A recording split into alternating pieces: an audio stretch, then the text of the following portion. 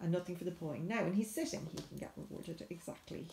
And then if he looks over at me at any stage, you can reward him. You can reward him there for having his feet on the floor. So we're just teaching him that hanging around with you is good, isn't it? Doesn't really need to engage with whoever the guest is.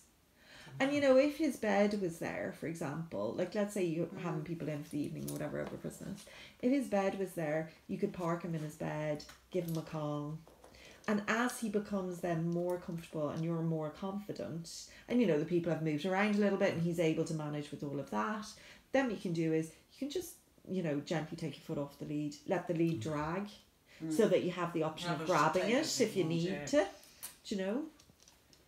But it's about hanging out with you. It's not about going over and sitting on people's laps and scrabbling and scratching. Because, you know, the thing is, because he's small and he's really cute and all of that, and he's new and he's novel, people will do silly things.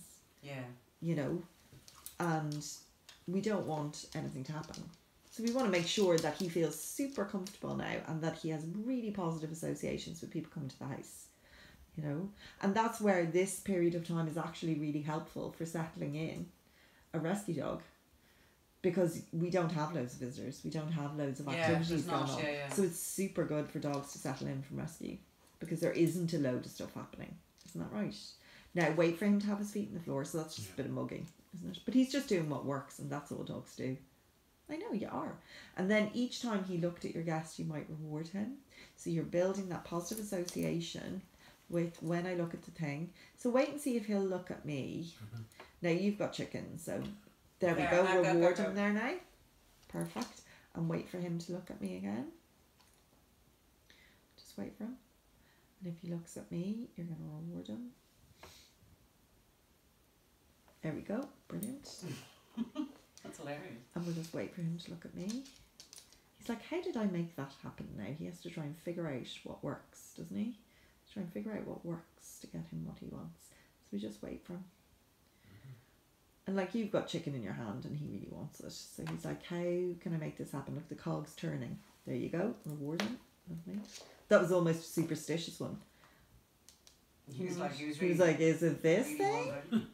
Is it this woman that's making the chicken happen? Now here's the thing. If he was really worried about me, which he's genuinely not, because I've been feeding him chicken for the last hour, there you go, reward him. Did I say the chicken word? My goodness. Did I say the chicken word?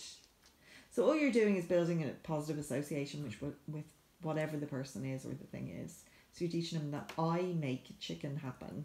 Is that right? So looking at me, looking at the scary thing, if he was scared of me, he's not at all. There you go. Makes chicken happen. And if that works, he's going to do more of it as well, isn't he? So there we go. Now he's like, oh, this thing.